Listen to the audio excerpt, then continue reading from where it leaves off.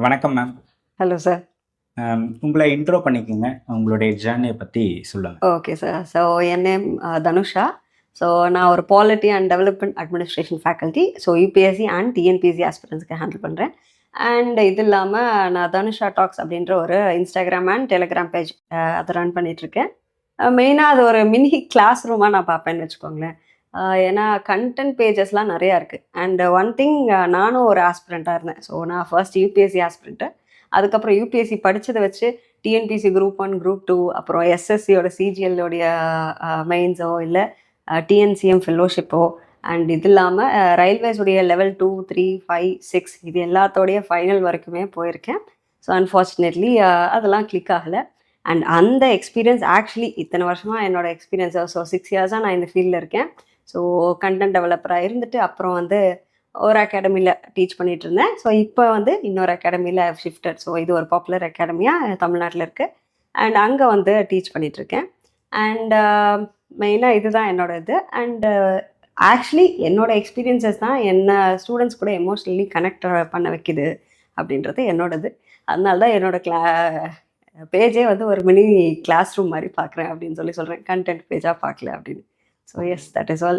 இப்போ ஒரு 6 ஆண்டு காலம் அனுபவம் இருக்கு அப்படின்னு சொன்னீங்க இல்லையா? இப்போ புதிதாக ஒருத்தங்க படிக்க வராங்க குரூப் 2க்கு அப்படின்னா, அவங்க தன்னுடைய படிக்கிற இதுவே எங்கிருந்து ஸ்டார்ட் பண்ணலாம் அப்படின்றத சொல்லுங்க மேம். பொதுவாக பசங்க பண்ணுற தப்பு என்ன தெரியுமா? ப்ரிலிம்ஸை கிளியர் பண்ணிடலாம், மெயின்ஸ் அப்புறம் பார்த்துக்கலாம் அப்படின்றது. அந்த தப்பு மட்டும் பண்ணிடாதீங்க. ஸோ ப்ரிலிம்ஸ் கம் மெயின்ஸ் இந்த ப்ரிப்ரேஷன் இருக்கிறப்ப தான் உங்களுக்கு ஈஸியாக உள்ளே போக முடியும். ஸோ உங்களுக்கு எக்ஸாமுக்கு ஒரு கிட்டத்தட்ட ஒரு எவ்வளோ 10 மாதம் இருக்குது. ஓகே, உங்களுக்கு அக்டோபர் 25 எக்ஸாம். ஸோ அந்த கிட்டத்தட்ட ஒரு 9 மாதம். இதில் வந்து நீங்கள் ஒரு 3 மாதம் வந்து ப்ரிலிம்ஸ் ஒன்லி ப்ரிப்பேர் பண்ணலாம். அதாவது உங்களுக்கு எக்ஸாமுக்கு ஒரு 3 மாதம் முன்னாடி, அதுக்கு முன்னாடி அந்த அந்த அந்த பீரியடுக்கு முன்னாடி எல்லாமே வந்து நீங்கள் ப்ரிலிம்ஸ் கம் மெயின்ஸ் அந்த மாதிரி தான் ப்ரிப்பேர் பண்ணணும். ஓகே, ஸோ இதில் நீங்கள் என்ன யூஸ் பண்ணலான்னா எல்என்டி மெத்தட் அப்படின்னு சொல்லுவேன். எல்என்டி மெத்தட் அப்படின்னா என்னென்னா, ஒன்று எல்னா 2 சப்ஜெக்ட் லேர்னிங், டீனா 2 டெஸ்ட்டு. ஸோ 2 சப்ஜெக்ட் லேர்னிங்னா ஒன்று ஹை ஸ்கோரிங் சப்ஜெக்ட்ஸ் பண்ணணும், இன்னொன்று வந்து ஈஸியாக இருக்கிற சப்ஜெக்ட் உங்களுக்கு என்ன இருக்கோ அதை சூஸ் பண்ணிக்கோங்க. ஓகே, ஆனால் ஒரு நாளைக்கு 2 படிக்கிற மாதிரி பார்த்துக்கோங்க. ஹை ஸ்கோரிங் சப்ஜெக்ட்ஸ்னால் என்ன அப்படின்னா, பாலிட்டி, தமிழ்நாடு ஹிஸ்ட்ரி, இது இல்லாமல் இந்தியன் எக்கானமி, இது இல்லாமல் உங்களுடைய Indian national movement, and 25 questions ஷியோராக இருக்கக்கூடிய மேக்ஸ். ஏன்னா மேக்ஸில் வந்து 25நாலும் அதை ஷியோர் ஷார்ட்டாக எடுக்கலாம். ஓகே, ஸோ அதனால் இதெல்லாம் வந்து நீங்கள் எடுத்துக்கணும். ஓகே, அதுக்கு அடுத்தது நீங்கள் இன்னொரு சப்ஜெக்ட் வந்து ஈஸி ஸ்கோரிங்னு சொன்னேன் இல்லையா? அதை நீங்கள் எது வேணால் சூஸ் பண்ணிக்கலாம். இல்லை பிகினிங்காக இருக்கிறப்ப நீங்கள் ஆப்டிடியூடே அந்த சப்ஜெக்டாக வச்சுக்கலாம். அண்ட் இது இல்லாமல் 2 டெஸ்ட்டு, ஒன்று ப்ரிலிம்ஸ் சப்ஜெக்ட் டெஸ்ட்டு, இன்னொன்று மெயின்ஸ் டெஸ்ட்டு. ஸோ ப்ரிலிம்ஸ் டெஸ்ட்னா நீங்கள் என்ன பண்ணலாம் அப்படின்னா, ஒரு நாளைக்கு இப்போ பிகினராக இருக்கிறப்ப ஒரு நாளைக்கு நீங்கள் வந்து ஒரு 20 கொஷின் சால்வ் பண்ணுங்கள். என்னோட டார்கெட் நான் என்ன சொல்லுவேன்னா, ஒரு நாளைக்கு 50 கொஷின் கொண்டு வரணும். நீங்கள் இதை எப்படி கொண்டு போகலாம் அப்படின்றத நான் சொல்கிறேன். அதுக்கு முன்னாடி இன்னொரு டெஸ்ட் என்னன்னு சொல்லிடுறேன். ஸோ ஒன்று ப்ரிலிம்ஸ் டெஸ்ட் இல்லையா? ஸோ அது ப்ரீவியஸ் இயர் கொஷினில் ஆரம்பிப்பீங்க. இன்னொன்று மெயின்ஸ் டெஸ்ட்டு. ஸோ உங்களோட மெயின்ஸ் ப்ரீவியஸ் இயர் கொஷின் எடுத்துக்கோங்க. சிலபஸையும் மெயின்ஸ் ப்ரீவியஸ் இயர் கொஷின் எடுத்துக்கோங்க. அதை வந்து நீங்கள் அதில் எவ்வளோ மார்க்கு கேட்குறாங்களோ அதுக்கேற்ற மாதிரி நீங்கள் எழுதி பாருங்கள். தினமும் எழுதி பார்க்குறது ரொம்ப அவசியம். மேம், நான் ப்ரிலிம்ஸ் வந்து கிளியர் பண்ணிகிட்டே எழுதுகிறேன் அப்படின்னா அப்போ வந்து ஒரு ஐடியா இருக்காது. ஐடியா இல்லாமல் மெயின்ஸுக்கு போகிறது கொஞ்சம் வந்து டஃப்பாக இருக்கும்.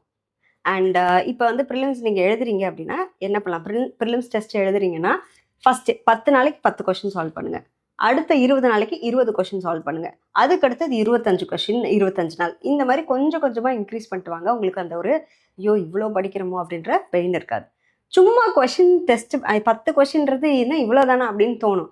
சும்மா கொஷின் வந்து நீங்கள் எழுதி பார்க்கக்கூடாது. அதை அனலைஸ் பண்ணிடணும். அதுதான் முக்கியம். அனலைஸ்னால் என்னென்னா, எந்த கொஷின் கரெக்டாக இருக்குது, அது எதனால் கரெக்ட் ஆயிடுச்சு, தப்பான கொஷின் என்ன, அதை வந்து நோட்ஸ் எடுத்து வச்சுக்கணும். சரிங்களா? ஒரு சின்ன ஒரு நோட்டு போட்டு அதில் வந்து நீங்கள் ஸ்ப்ளிட் பண்ணிக்கோங்க பேஜை. ஒரு சைடு வந்து அதை நோட்ஸ் எடுத்துகிட்டே வாங்க, என்னென்ன கொஷின் பேப்பர்னு. கொஷின் பேப்பர்ஸ்க்கு உங்களுக்கு தெரியும், டிஎன்பிஎஸ்சி வெப்சைட் போனீங்கனாலே அதுலேயே இருக்கும். ஃபர்ஸ்ட் வந்து நீங்கள் குரூப் 2 ஆஸ்பிரண்ட்னா குரூப் 2லேயே எடுத்துக்கோங்க. ஸோ நிறைய ஸ்டூடெண்ட்ஸ் கேட்குறது என்ன, மேம் நான் ப்ரீவியஸ் இயர் கொஷின் சால்வ் பண்ணணும் அப்படின்றீங்கன்னா என்ன சால்வ் பண்ணணும்? ஃபார் எக்ஸாம்பிள் நீங்கள் குரூப் 2 ஆஸ்பிரண்ட்டாக இருக்கீங்கன்னா லாஸ்ட் 3 இயர்ஸுடைய குரூப் 2 கொஷின் பேப்பரை பிரிண்ட் போட்டு வச்சுக்கோங்க ஃபஸ்ட்டு. அது வந்து எதுக்காகனா, நீங்கள் என்ன மாதிரி கொஷின்ஸ் கேட்குறாங்கன்னு தெரிஞ்சுக்கிறதுக்காக தான் அது வேணும். ஓகேயா? இது இல்லாமல் சால்வ் பண்ணி பார்க்கணும் அப்படின்னா லாஸ்ட் ஒரு 3 இயர்ஸ் இதில் உங்களோட டிஎன்பிஎஸ்சியில் கேட்ட எல்லா கொஷின் பேப்பர்ஸ்லையும் ஜிஎஸ் சால்வ் பண்ணணும், மேக்ஸ் சால்வ் பண்ணணும். இங்கிலீஷ் ஆர் தமிழ் வந்து ரொம்ப கம்மியாக தான் இருக்கும், அதையும் நீங்கள் சால்வ் பண்ணி பாருங்கள். ஓகே, சிலபஸ் வந்து லாஸ்ட் ஒரு 2 இயர்ஸில் தான் மாற்றம்னே இருக்குது. அதுவும் லிட்ரேச்சர் அதெல்லாம் தான் மாறி இருக்குது, மற்றதெல்லாம் அப்படியே தான் இருக்குது. ஸோ அதனால நீங்கள் அந்த இதை சால்வ் பண்ணி பார்க்கலாம். அண்ட் கொஷின் பேப்பர்ஸ் எங்கே இருக்குன்னா, நாங்கள் டிஎன்பிஎஸ்சி வெப்சைட்டில் போனீங்கனாலே இருக்கும், அதில் அப்படியே ஆர்டராக இருக்கும். ஸோ 2 லிங்க் இருக்கும், அது ப்ரீவியஸ் இயர் கொஷின்னே ஒரு லிங்க் இருக்கும், இன்னும் ஆப்ஜெக்டிவ் டைப் அப்படின்னு ஒரு லிங்க் இருக்கும், ஆப்ஜெக்டிவ் டைப் ஆன்சர் கீ அப்படின்னு இருக்கும். அந்த லிங்க் ஓப்பன் பண்ணிங்கன்னா தான் ரீசெண்டாக இருக்கிற கொஷின் பேப்பர் இருக்கும், அதில் எடுத்து சால்வ் பண்ணுங்கள். இதே தான் மெயின்ஸுக்கு லாஸ்ட்டு என்னென்ன குரூப் 2ல் கொஷின்ஸ் இருக்கோ அது சிலபஸ் மாறினதுக்கப்புறம் என்ன இருக்கோ அதை பாருங்கள். அண்ட் ஒரு ஐடியாவுக்கு ஓகே, சிலபஸ் மாறுறதுக்கு முன்னாடியே பார்க்கணுன்னா அது என்ன எந்த மாதிரி கேள்வி கேட்குறான், எந்த ரீஜன்லேருந்து கேட்குறான்றதுக்கு அதை யூஸ் பண்ணிக்கலாம். ஸோ இதுதான் ப்ரீவியஸ் இயர் கொஸ்டினுக்கு. எப்படி படிக்கலாம் அப்படின்னு சொன்னீங்க, எங்கிருந்து படிக்கலாம் அப்படின்னு சொல்லுங்க. சோர்ஸ் அப்படின்றது ரொம்ப முக்கியம் இல்லையா? அதை பற்றி நிறைய பேர் வந்து கேட்டுக்கிட்டே இருப்பாங்க, அதை பற்றி சொல்லுங்க. பசங்களுக்கு வந்து சோர்சஸ் புக் லிஸ்ட் அப்படின்னு சொல்லி கேட்குறாங்க. புக் லிஸ்ட் அப்படின்னா ஸ்டார்ட் ஆகிறது 3 லெவலில். ஓகே, என்னென்னா ஒன்று வந்து பேசிக் லெவல், இன்னொன்று அட்வான்ஸ்டு லெவல், இன்னொன்று வேல்யூ அடிஷன். ஓகேயா, ஸோ பேசிக் லெவல்லனா உங்களுக்கு எஸ்எஸ் புக்ஸ் 6th-லேருந்து 12th வரைக்கும் எஸ்எஸ் புக்ஸ். இது இல்லாமல் சயின்ஸ் புக் வந்து 6th-லேருந்து 10th வரைக்கும். 6th-லேருந்து 10th வரைக்கும் படிக்க முடியலனாலும் 9th 10th புக்காவது படிச்சுக்கோங்க. ஸோ இது பார்க்கணும். இது இல்லாமல் உங்களுடைய வேல்யூ அடிஷன் புக் அப்படின்றது ஒவ்வொரு சப்ஜெக்ட்க்கும் ஒரு எக்ஸ்ட்ரா புக் படிக்கிற மாதிரி இருக்கும். எல்லா சப்ஜெக்ட்க்கும் இல்லை, நான் சொல்கிற சப்ஜெக்ட்ஸ் மட்டும் பார்த்துக்கோங்க. பாலிட்டிக், எக்கானமிக், டெவலப்மெண்ட் அட்மினிஸ்ட்ரேஷனுக்கு, தமிழ்நாடு ஹிஸ்ட்ரிக்கு, இந்தியன் நேஷனல் மூமெண்ட்டுக்கு, இதுக்கு மட்டும் எக்ஸ்ட்ரா புக் படிக்கணும். மற்றதுக்கெல்லாம் எக்ஸ்ட்ரா ஜியாகிரஃபிக்கு அதுக்கெல்லாம் நீங்கள் எக்ஸ்ட்ரா படிக்க வேண்டாம். ஸோ எக்ஸ்ட்ரா புக்ஸ்னால் என்ன, Tamil medium and English medium ரெண்டுமே சொல்கிறேன். இந்தியன் பாலிட்டி அப்படின்னா லக்ஷ்மிகாந்த் புக் நீங்கள் ப்ரிஃபர் பண்ணலாம் இங்கிலீஷ் மீடியம். அதே தமிழ் மீடியம்னா இப்போ தமிழில் கரண்ட்டாக இருக்கிறது பிரகதீஷ் பப்ளிகேஷன்ஸ் இருக்குது. ஓகே, ஸோ அந்த புக்கு நீங்கள் ப்ரிஃபர் பண்ணலாம். அண்ட் இது இல்லாமல் எக்கானமி அப்படின்னா குரூப் 2க்கு நீங்கள் சங்கர் கணேஷ் கற்பையா அவர்களோட புக், அவர் Tamil medium and English medium ரெண்டுலேயுமே புக் வச்சுருக்காரு, நீங்கள் அதில் ப்ரிஃபர் பண்ணலாம். அதே டெவலப்மெண்ட் அட்மினிஸ்ட்ரேஷன்னா நிறைய அகாடமிஸ் புக்ஸ் போட்டிருக்காங்க, ஏதோ ஒன்று ப்ரிஃபர் பண்ணுங்கள். இது இல்லாமல் அதில் வந்து நம்ம நிறையா வந்து current affairs, schemes, indexes, reports, policy notes, எல்லா பாலிசி நோட்ஸும் தேவையில்லை, ஒரு விமன் மினிஸ்ட்ரி, எஜுகேஷன், ஹெல்த்து, அப்புறம் ரூரல் டெவலப்மெண்ட், சோஷியல் ஜஸ்டிஸ், இந்த மாதிரி மினிஸ்ட்ரிஸ் தமிழ்நாடு அண்டு இந்தியா ரெண்டும் பார்க்கணும். பட்ஜெட் இருக்குது, சென்சஸ் இருக்குது, எக்கனாமிக் சர்வே இருக்குது, இந்த மாதிரி எல்லாமே நீங்கள் கவர் பண்ணணும். ஸோ இப்போ சொன்னது எல்லாமே டெவலப்மெண்ட் அட்மினிஸ்ட்ரேஷனுக்கு ரொம்பவே ஹெல்ப்ஃபுல்லாக இருக்கும். தமிழ்நாடு ஹிஸ்ட்ரினா நீங்கள் இங்கிலீஷ் மீடியமில் ப்ரொஃபஸர் தர்மராஜா அவர்களாக இருக்கலாம், ஜி வெங்கடேஷன் அவர்களோட புக்காக இருக்கலாம். அதே தமிழ் மீடியமில் வந்தாலும் ஜி வெங்கடேஷன் அவர்களோட புக்கு, தட்சிணாமூர்த்தி பிள்ளை அவர்களுடைய புக்கு, இந்த மாதிரி நிறையா புக்ஸ் இருக்குது. ஓகே, ஸோ இதில் நீங்கள் ஒன்று சூஸ் பண்ணி படிங்க, எல்லாத்தையும் படிக்காதீங்க, அதை மட்டும் நோட் பண்ணிக்கோங்க. மேக்ஸுக்கு கேட்குறீங்க, மேக்ஸ் வந்து என்னென்னா எஸ் நீங்கள் ப்ரைமரி புக்கு வேணும். ஆப்டிடியூட் பொறுத்தளவுக்கு ஒரு ப்ரைமரி புக்கு உங்களுக்கு கான்செப்ட் தெரியறதுக்கு வேணும். அதுக்கு நீங்கள் வந்து இங்கிலீஷ் மீடியம்னா நீங்கள் ஆர்எஸ் அகர்வாலோ இல்லை அருண் சர்மா அந்த மாதிரி புக் யூஸ் பண்ணலாம். தமிழில் கணியன் புக் இருக்குது அப்படின்றது நான் வந்து கேள்விப்பட்டிருக்கேன், அது யூஸ் பண்ணதில்லை, பட் நல்லா இருக்குது அப்படின்றது ஒப்பீனியன் ஜென்ரலாக. இது வந்து உங்களோட கான்செப்ட் பில்டிங்க்கு கொஸ்டின்ஸ் நிறையா சால்வ் பண்ணி பார்க்கணும். ஸோ அதுக்கு நீங்கள் டெஸ்ட் போட்டுறது ப்ரீவியஸ் இயர் கொஸ்டினில் ஆரம்பிக்கலாம். எம்சிக்யூஸ் வந்து நிறையா வந்து போட்டு பார்க்கணும், இதெல்லாம் வந்து இருக்கணும். சால்வ் பண்ணி பார்க்க தான் ஆப்டிடியூட் வந்து ஸ்ட்ராங் ஆகும். ஓகே, ஸோ இது நம்மளோட சப்ஜெக்ட்ஸ் புக்ஸ் எல்லாம்.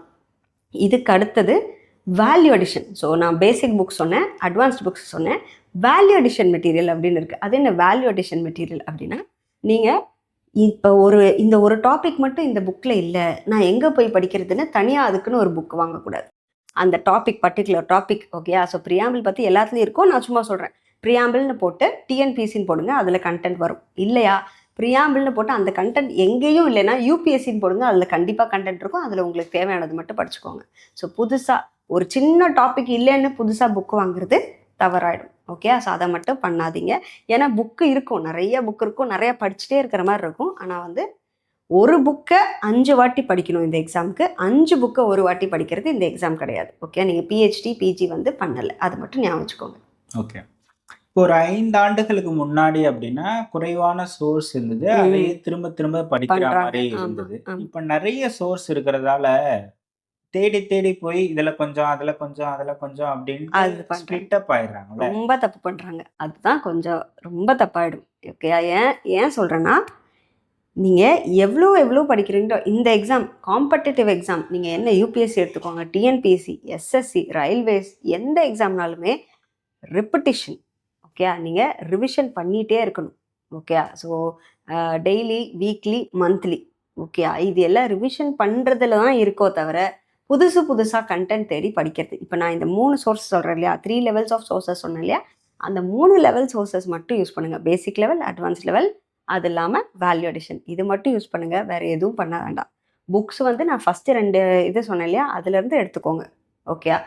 இது இல்லாமல் வேற ஏதாவது புக் எடுக்கிறதுனா அந்த ஒரு புக்கை மட்டும் சூஸ் பண்ணுங்க. அதை தவிர வேற எதுவும் படிக்க வேணாம். இதை மட்டும் பார்த்துக்கோங்க. எக்ஸ்ட்ரா ஒரு சப்ஜெக்ட்க்கு ஒரு புக்கை தவிர படிக்க வேண்டாம். ஸோ அது மட்டும் ஞாபகம் வச்சுக்கோங்க. ஏன்னா ரிவிஷன் பண்ண முடியாது. உங்களால் ரிவிஷன் பண்ண முடியும்னா பண்ணுங்கள். ஃபார் எக்ஸாம்பிள் நீங்கள் குரூப் 1 மெயின்ஸ் எடுத்துக்கோங்களேன். குரூப் 1 மெயின்ஸ் நீங்கள் ஒரு நாள் அடுத்த நாள் ஒரு ஹாஃப் டே தான் அடுத்த நாள் எக்ஸாமுக்கு ரிவிஷன் பண்ண இருக்கும். எவ்வளோ நீங்கள் படிக்க முடியும்? 3 சப்ஜெக்ட் படிக்கணும். ஒரு பேப்பரில் 3 சப்ஜெக்ட். 3 சப்ஜெக்ட் நீங்கள் படிக்கணும் அப்படின்னா எப்படி உங்கள் நோட்ஸ் இருக்கணும்னா ஒரு பேஜில் தான் இருக்கணும் நோட்ஸ். ஸோ 2.5 பக்கத்துக்கு நீங்கள் ஆன்சர் எழுதுறதுக்கு அளவுக்கு கண்டென்ட் இருக்கிறது ஒரு A4 ஷீட். ஸோ நீங்கள் எடுத்துக்கிட்டிங்கன்னா ஒரு ஷீட்டில் இவ்வளோ தான் இருக்கணும் கண்டென்ட்டு. அந்த அளவுக்கு தான் நீங்கள் ரிவைஸ் பண்ணவே முடியும். ப்ராக்டிக்கலாக அதுதானே பாசிபிள். ஸோ அந்த அளவுக்கு ரிவிஷன்ங்கிறது இருக்கணும். அவ்வளோதான் இருக்கணும். அந்த மாதிரி பண்ணுங்க போதும். ஓகே. இப்போ நிறைய பேர் வந்து படிக்கிறது மறக்கிறது அப்படின்னு சொல்லுவாங்க. எல்லாருமே அதுக்கு ரிவிஷன் மெத்தட் தான் சொல்றாங்க. ஆமா. ஒரு ஸ்பெசிஃபிக்கா இந்த மாதிரி ரிவைஸ் பண்ணுங்க அது அப்படின்னு எஸ். 2 விதமாக இருக்குது. ஒன்று பாசிவ் லேர்னிங், இன்னொன்று ஆக்டிவ் ரீகால். பசங்க என்ன பண்ணுவாங்கன்னா அப்படியே இப்போ நான் வந்து பார்லிமெண்ட் டாபிக் எடுக்கிறேன்னு வைங்களேன், அதை எடுத்து லக்ஷ்மிகாந்த் எடுத்திங்கன்னா அது ஒரு 40 பக்கம் இருக்கும். அதை அப்படியே ரீட் பண்ணிகிட்டே இருந்தால் 10வது வாட்டி படிக்கும்போதும் அதே மாதிரி ரீட் பண்ணிட்டு தான் இருப்பீங்க. உங்கள் கேப் அட்ரஸ் ஆகாது. டெஸ்ட்டு எதுக்கு போடுறோம்? கேப் அட்ரஸ் ஆகணும். அதை நீங்கள் படிக்கும்போதே அட்ரஸ் பண்ணணும். ஸோ அதை எந்த இடத்துல நம்மளுக்கு மார்க் வரலை அந்த இடத்துல படிக்கும்போதே அட்ரஸ் பண்ணணும். அப்போ நீங்கள் அதுக்கு ஆக்டிவ் ரீகால், அதாவது வெறுமனே படிக்காமல் நீங்கள் ஆக்டிவாக மைண்டில் ஃபோக்கஸ் பண்ணி பண்ணணும். அதுக்கு 3 மெத்தட் இருக்குது. ஒன்று ஃபின்மன் டெக்னிக், இன்னொன்று வந்து ரைட்டிங், இன்னொன்று வந்து டெஸ்ட்டு. ஸோ ஃபின்மன் டெக்னிக்லாம் ஒன்றும் இல்லை. இது வந்து ஒருத்தருக்கு ஒரு உங்கள் ஃப்ரெண்டோ இல்லை யாரோ ஒருத்தருக்கு சொல்லித்தர மாதிரி நீங்கள் உங்கள் ஃப்ரெண்டுக்கிட்டே சொல்லித்தரலாம். இல்லையா யாரும் இல்லையா நீங்களாக வந்து யாருக்கிட்டையாவது சொல்லித்தர மாதிரி சொல்லித்தந்து பார்த்துக்கணும். எவ்வளோ பாயிண்ட்ஸ் ஞாபகம் வருது, புரியிற மாதிரி ஈஸியாக இது முன்னாடி இருக்கிறவங்களுக்கு புரியுதா அப்படின்றது தான் முக்கியம். ஸோ அந்த மாதிரி ஒன்று பண்ணலாம். இது வந்து ஃபஸ்ட் லெவல். செகண்ட் லெவலில் போகிறப்ப நீங்கள் வந்து இது நீங்கள் என்ன பண்ணலான்னா எழுதி பார்க்கணும்.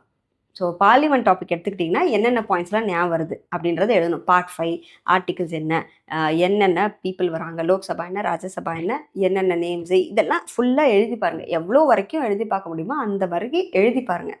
ஸோ லோக்சபானா உங்களுக்கு 10 பாயிண்ட் ஞாபகம் இருக்கா, 10க்கு 10 தெரியுதா, இல்லை 10க்கு 5 தான் தெரியுதா, இந்த மாதிரி நீங்கள் உங்களே எவாலுவேட் பண்ணிக்கோங்க. இது முடிச்சதுக்கப்புறம் தான் டெஸ்ட் வரணும். ஸோ இதுதான் ரிவிஷன்றதே. Okay. Test is part of revision உங்களுக்கு. ஓகே. அந்த மாதிரி பாருங்கள். கண்டிப்பாக உங்களுக்கு இதாக இருக்கும்.